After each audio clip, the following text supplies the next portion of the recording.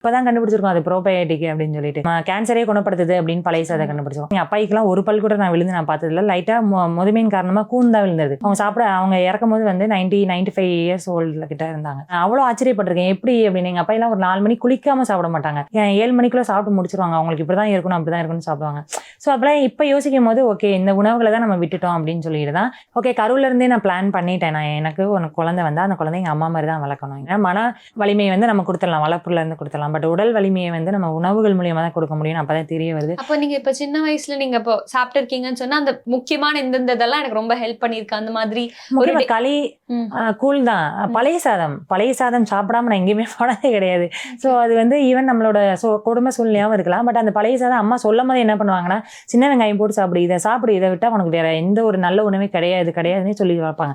So night ஆனால் கொஞ்சம் extra தான் அம்மா வடிப்பாங்க. காலையிலேயே பழைய சாதம் சாப்பிட்டு எத்தனை நாட்கள் வந்து காலேஜ் போனது உண்டு, ஸ்கூலுக்கு போனது உண்டு.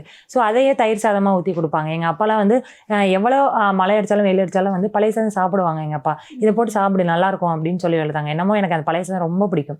ஸோ அந்த ஊட்டச்சத்தையே பயங்கரமானது. இப்போதான் கண்டுபிடிச்சிருக்கோம் அது ப்ரோபயோட்டிக் அப்படின்னு சொல்லிட்டு கேன்சரே குணப்படுத்துது அப்படின்னு பழைய சாதம் கண்டுபிடிச்சிருக்கோம். ஸோ அந்த இதெல்லாம் வந்து நினைக்கும் போது வந்து அந்த சாப்பிட்டு வளர்ந்தனால தான் இப்போ வரைக்கும் எனக்கு காட்ஸ் கிரேஸ் எதுவும் நல்ல ஒரு சதகாத்திரத்தோட ஆரோக்கியத்தோட இருக்கேன். ஸோ என் குழந்தைகளுக்கு இப்போ நான் சின்ன வயசுலேருந்தே இப்போ குழந்தைகளுக்கு பழைய சாதம் கொடுத்து பழகிட்டேன்.